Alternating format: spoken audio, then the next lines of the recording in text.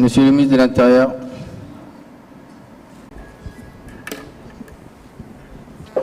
Bismillahirrahmanirrahim. Assalamu alaikum wa rahmatullahi wa barakatuh. Monsieur le Premier ministre, Monsieur le Président de l'Assemblée, Monsieur les membres du gouvernement, honorables députés. Je voudrais commencer par la dernière question, puisque M. Hassan a touché un sujet, enfin, un point faible, de moi-même. Il a parlé des handicapés. C'est le premier député qui parle des handicapés. Soyez assuré, M.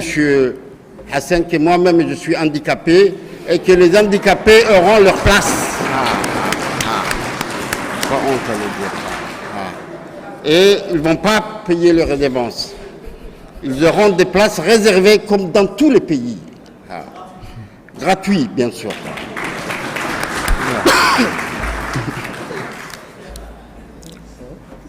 Pour retourner à la première question de l'honorable député Safiya Ilmi, c'est vrai, toute nouvelle mesure peut avoir des problèmes. Et il est nécessaire qu'on doit sensibiliser la population concernée. Mais je vais vous donner une information. Avant d'établir cette loi, nous avons eu des discussions avec les syndicats des bus et minibus et de taxis. Nous allons encore, n'est-ce pas, continuer cette communication, sensibiliser, utiliser le média pour qu'on puisse sensibiliser. Donc, j'ai pris note, madame. Honorable député de Ali, ahlan wa sahlan. Nous avons beaucoup discuté au niveau de la commission 2 jours. Et enfin, à la fin, nous nous sommes mis d'accord, n'est-ce pas? Monsieur Doualé, si vous avez le souci des statistiques du ministère de l'Intérieur, ils sont disponibles. Mais l'objectif du ministère de l'Intérieur, ce n'est pas de faire le collecte de recettes. Hein. C'est l'embellissement de la ville de Djibouti. Lorsque nous parlons de parking, ça fait partie de ces cadres-là. Dans tous les pays, les parcs sont payés, sauf à Djibouti. Même à Asmara, pour vous dire que le dernier pays qui a été indépendant, Donc il est temps qu'à Djibouti, n'est-ce pas, qu'est-ce qu'on a aussi vu? Que les gens s'égarent où ils veulent, comme ils veulent. J'ai bien expliqué ça au niveau de la commission. Ce n'est pas simplement les recettes pour la municipalité. C'est la sécurité, ça fait partie de l'embellissement de notre ville. Mais je conçois que toute mesure, même si c'est minime, comme disait Safiya, les gens peuvent hésiter, n'est-ce pas? Et c'est pour ça que nous sommes là. Nous allons expliquer à la population. Nous avons fait des feux rouges pour la première fois en République de Djibouti.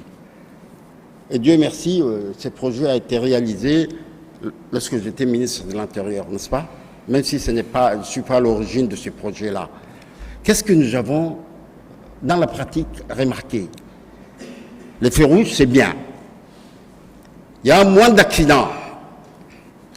Mais, dans la pratique, nous avons vu aussi également l'autre côté. Qu'est-ce qui se passe? Les véhicules s'arrêtent. N'est-ce pas? Au feu rouge, les mendiants sont là. Ça, on l'a vu en pratique, je veux dire. Maintenant, le problème qui se pose, chaque feu rouge, il faut que je mette la présence de la police.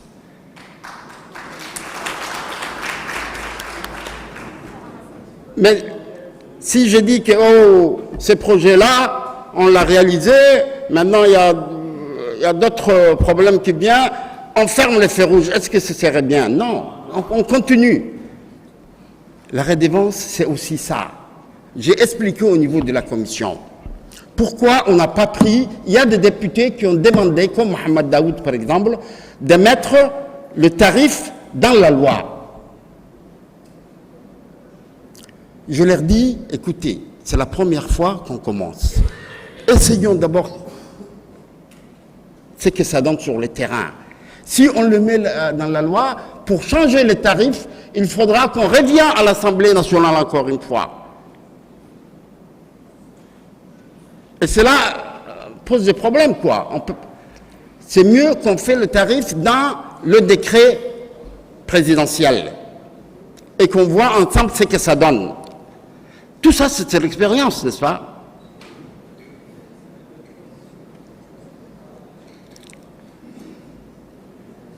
Honorable député de Halle, effectivement, a demandé qu'on mette des taxes sur les quatre, par exemple, sur les pauvres femmes qui vendent. Ah là là, hein, vous défendez bien le peuple. Hein. La femme qui touche même pas 1000 francs pendant toute la journée, elle est sur la route, je les taxe encore pour la municipalité. Drôle de manière de défendre le peuple, quoi.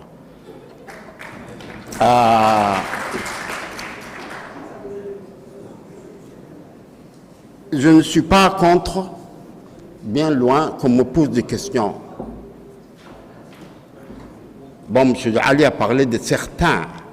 Je ne sais pas si j'ai fait partie de certains, mais il est bien de parler. Il faut parler, effectivement. La publicité, il a posé pourquoi on ne fait pas un taxe sur la publicité. Si, c'est vrai qu'on a donné un privé, mais la mairie et le privé travaillent ensemble. C'est le seul, je peux vous dire que la mairie, annuellement, elle touche un redevance sur ces panneaux publicitaires.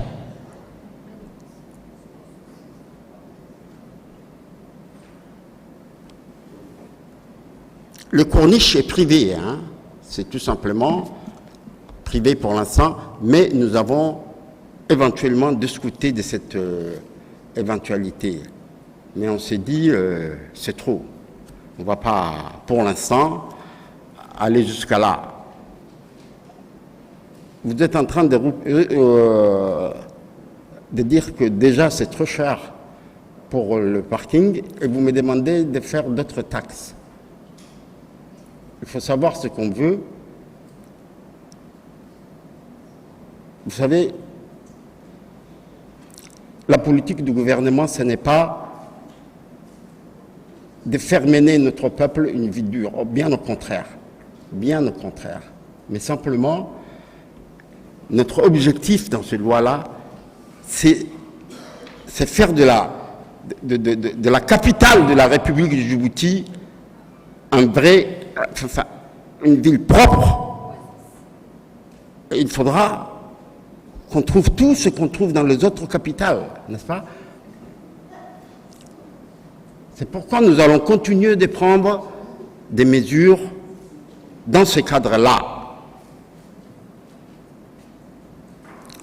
Je pense que j'ai répondu à toutes les questions.